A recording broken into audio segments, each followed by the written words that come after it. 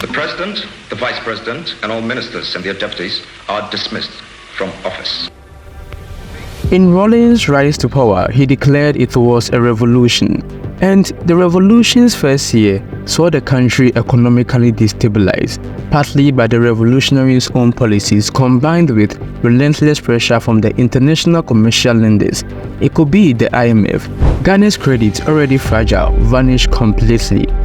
It is undeniable here. The revolutionaries had a point, whether it was excessively expressed. Ghana could no longer continue on the path.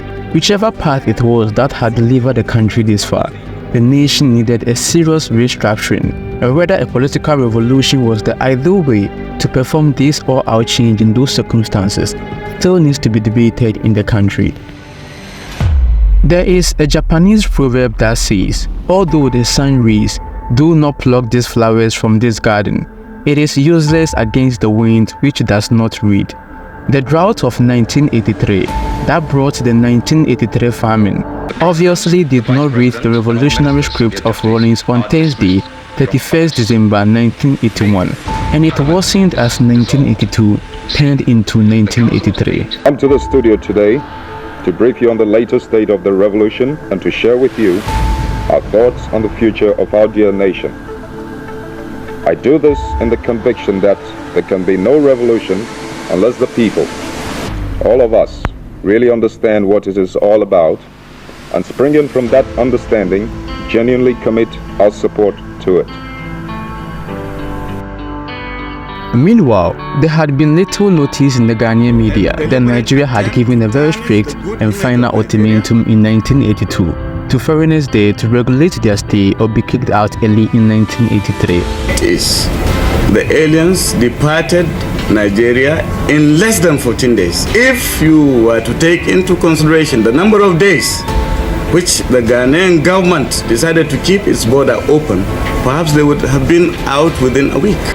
It is difficult not to conclude that Nigeria's action were in some way a retaliation for Ghana's own eviction of foreigners, mostly Nigerians, some 14 years earlier. More than 1 million Ghanaians had to pack their bags and baggage and head home. They came into an empty country. Food was scarce and disappearing as fast as they came in. And although the returnees came with some nicely painted bags known as Ghana Must Go and many stories of atrocities, none, and I mean none, brought a morsel of food to add to the national stock. It was in that period that the term Rawlings chain was coined to describe the deep gorges formed around people's neck when their emaciated skin exposed protruding collarbones. It was the look of refugees on television, but the famine of 1983 was not a television play, it was real. Most Ghanaians of certain age will have their own stories, but the most enduring scene from that year is the long queue formed not of human beings, but by discarded objects and stones to stand in the place for people because those queues would not move for long hours on end. The queues were mainly for uncooked kenkey. Yes, they stood in line for hours just to buy the raw fermented kondo and take home to cook. And it was a privilege. Now, my question is, it looks more like Ghana was under some sort of a curse. I mean, the likes of Sodom and Gomorrah in the Bible. This uncalled for event was a combination of series of different events from different sides that had intersected at a particular junction, that is 1983, mostly by natural disasters, more by human behaviors. While some may suggest our previous colonizers were trying their possible best to plunge the country into difficulties and prevent it from rising, others too might have a different say. Let me know what you think in the comment section.